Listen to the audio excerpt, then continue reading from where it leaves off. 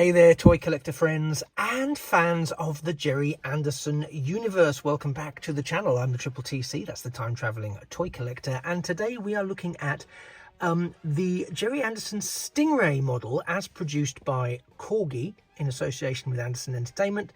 And this is something I never had as a child. It's something that I very nearly didn't have as an adult. I sort of let it go past me. But there's a couple of reasons why I sort of opted in to pick this up. Firstly, I think my reignited admiration for Corgi, I'm just going to give it a little spin around, my reignited inspiration and enthusiasm and enjoyment for all things Corgi on the back of picking up the Batmobile, the reissue of the classic Batmobile, and also the James Bond DB5. I'm just going to pause there in case you want to sort of have a zoom in and read. I'll zoom in a little bit for you there as well, so you can have a look at that if you wish. Just while I'm yakking, I grew up with Corgi and Dinky and Matchbox, and I don't know. I think I heard in a video interview recently, but I could be wrong. So feel free to correct me in the comments down below. That Corgi have somehow or recently sort of, or maybe they are a part of, I should know more about this than I do, have been using some of the dinky molds or dinky blueprints, for want of a better phrase, in order to sort of revitalize their current Corgi range. Some nice product, some action shots of the Stingray vehicle there, and I know we're seeing some other stuff coming up soon, which I think is the sort of limited edition Thunderbirds toys. I say Thunderbirds toys, Thunderbirds collectibles, models, whatever you want to call them. But I'm sure my original Thunderbird 2, which is a sort of, it's actually similar to this blue here we're seeing, was a Dinky toy. I'm sure it was Dinky, and it had that sort of tiny detail-free Thunderbird 4 model inside the pod that you could drop down. But it was beautiful. I played with it to death, really. It was gorgeous with its little pop-out legs, and again of its time, which would be the 70s, mid 70s, I think, when I got it, certainly. It fascinated me, because I don't think I'd even watched Thunderbirds or had sight of Thunderbirds, the series, at that point. It wasn't until I started seeing some reruns on Saturdays that I suddenly went, oh, this is what this is. Because I didn't know anything about Thunderbirds or what they were. I just knew I had a toy from them, and it was fabulous, and I loved it. But it was this sense of presentation. Now, this wasn't the presentation, I don't think, of my Thunderbird 2. My Thunderbird 2, I think, sat on a pallet with a plastic thing over the top of it. That's how I remember it. But I do remember an awful lot of Corgi toys, and I think some other Dinky toys too, that did follow this format. And there's something very period about this format, if you know what I mean. This speaks to almost like toy shops gone past, times gone by, where you could sort of have a little bit of a cardboard surround with a window, and the toy presented inside. Now, I know that sounds like a stupid thing to say. Believe you me, I understand that it sounds like a stupid thing to say, because you go, well, of course you get that. That's what you get nowadays, plastic windows and toys. And yeah, you do. But for me, it's almost like Dinky and Corgi were the originators of this presentation style, because I don't quite know how to, as you're discovering gloriously, how to articulate this, but there is something so nostalgia ridden with that kind of design that it screamed out to me. And yes, I have pre-ordered the limited edition Thunderbird stuff. And I thought, well, actually, the Gerry Anderson stuff is so cool, and the model designs are so cool, and I do love model designs, that I thought I can't not. I mean, I let it go past me a couple of times, this Stingray model. Now, Stingray, which was not one of my favourite Gerry Anderson series, I will be completely honest with you. But it was one of the, we had limited watching opportunities, so when it was on, I was plonked in front of it and would watch it. But it wasn't my favourite. There's Captain Troy Tempest on the front cover of the box there. You can also see an aerial view of it from the top there, and there's WASP, which I think is the World Aquanautical Security Patrol, something like that from memory. It's something like that. It might tell me on the back of the box, actually. I should probably have a look. But I really like this packaging. I really like everything about this. For me, it exudes everything. I'm actually just going back to this so I can see if it says what WASP stands for. The World Aquanaut Security Patrol. That wasn't too bad. I wasn't far off. I don't actually remember what it was that I said. But yeah, this really does speak to that my sort of 5, 6, 7, 8-year-old child in a toy shop being able to look and see and go, oh, look at this, it's amazing. And so I'm super stoked to see this packaging design. And I know it's been echoed throughout time since, I get it, but there's just something about it. The same way when I look back at when I had my Kojak car Cadillac, and I had my Starsky and Hutch and the Professionals and others Corgi toys, and they had a little diorama, and you could look in and there was the product, and sometimes they had these little impractical metal figures that were with it as well, and it just set up the action and the excitement and the I need to have this, and so I caved and I picked it up. But you know, it's one of those that I think this is how I'm going to display it, this is how I'm going to look at it in here, but that's obviously for the future. For the here and the now, I need to see it in real life. So without further ado, let's get it out of that packaging. And here we have Stingray all out of the packaging, and it comes beautifully, which I didn't realise, with this little transparent stand, which you do have to assemble, but it's, you know, very easy. And it clicks in, and it also comes with these 2 torpedoes which fit into this front section here, and they do have a spring-loaded mechanism, so they do have a firing switch underneath which fires them. And this is again something that I'm very surprised to see, because I sort of was growing up at the period of time when there was certainly, we had some projectiles that were fireable, but I was at that point where gradually that was becoming phased out because of the tragedy of some you know, some deaths that were caused by children choking on projectile weapons that could be fired from toys, which is why we always get now, of course, the warnings that this contains small parts, please don't eat them or you'll die, which you'd probably think would be common sense, but I suppose if you're a very young child, you wouldn't think, you just, you know, things go up your nose and in your mouth, don't they? But this is a beautiful representation. I'm going to get it up in hand, and I will say, actually, I'm going to take it off the stand temporarily. Pop, there we go. It's got quite a heft to it. They're not messing about when they're talking about die-cast. This is die-cast. It really is. And it's so beautiful, and the attention to detail, which again, of course, is the thing that Corgi really does and has always done well. And I would also say Dinky Toys did to an extent within the remit of what they were able to do with engineering and costs, etc. at the time. But the colour scheme of this is absolutely beautiful. It's very evocative of the period. This sort of rear turbine does rotate. Sort of. It's a little bit loose. I don't know if I should be worrying about that or not. But it doesn't feel fragile. Sometimes with some models, and you've seen when I've looked at sort of Hero Collector or Fan Home, those sort of models, whilst they may have some die cast in them, they've also got a lot of ABS plastic and just plastic, so it's there's a hint of what shall I call it, fragility, let's say. I'm not feeling that here. Now, don't get me wrong, I'm not now going to go around and start bumping this and banging it, because I don't want this beautiful paintwork to chip. This is gorgeous paintwork. You know, this will not be chipping on my watch. but it really has some wonderful lines.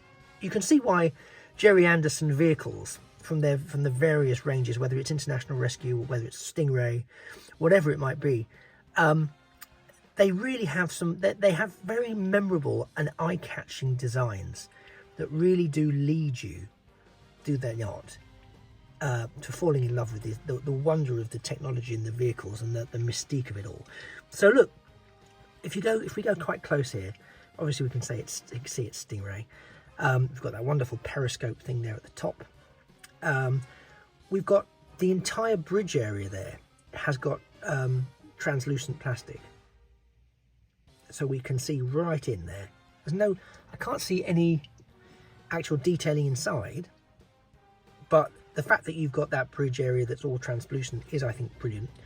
We've also got these two translucent pod things here. Now I feel I should know what these are and what they I want to say there's they eject, or they're some sort of detachable vehicle things or airlock things. I don't know, I'll have to investigate, but they're pulled out really nicely, again in a bit of translucent plastic. We've got number 3 on the fins there. Again, I'm not sure why it's a number 3, because maybe Stingray is one of several subaquatic vehicles. I don't remember there being any others particularly showing up, but I think it's really great. I'll show you the underside. So on the underside, again, we have more of the beautiful paintwork. We also have Stingray written there. The hole in the R is where the which looks like a 5mm port, to be honest, is where the stand goes. And there you can see the ITC and Corgi licensing stamp there. Got some nice sort of rubber-esque resting points. The button you can see there in the G is the firing mechanism. So I don't know how far or how hard they'll fire, but let's give them a go. There you go. 1, 2. Yep. So they shoot out quite nicely. And even without them, you know, that the front of the ship looks really good. It almost looks better without them, because I think the red torpedoes detract a bit. I would, however, so I don't think I'll put them back in. But I love how this, I'm just going to reattach this. You can see it's quite straightforward. He says, trying to get it in. There you go. Yep. And it holds very nicely there. There you go. So that's nice and straightforward. If you're a collecting-minded person, these torpedoes, they do come in a little baggie that's stored in the box underneath the main element that holds it in, which is a little bit of a diorama actually. It's not super detailed, but it's there. I'm going to recommend, well, I'm going to do it. What you choose to do is up to you, but I'd recommend keeping them in their little baggie and in the box, because they are exactly the sort of things that go missing very, very quickly and very, very inexplicably. But again, I'm just taking a moment really to sort of take in the aesthetics of this. It really is beautiful. The quality of the design, of the paint, of everything around this really just takes me right back. And I know this was a 1960s production. I wasn't around in the 1960s, but it takes me right back to my childhood. It does look a bit wibbly wobbly on the stand, but I think that's just the nature of the stand. It doesn't come across in real life as being particularly loose.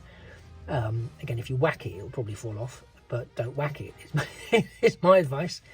But really and truly, I think this is a beautiful, beautiful Corgi model, and it has really sort of excited me, I have to say, for what is coming in their Thunderbird range. And it was very recently Gerry Anderson Day. Some of you may be aware of this. If not, I think you can probably find the Anderson Entertainment live stream, where they were looking at some of the upcoming Thunderbirds die-cast models.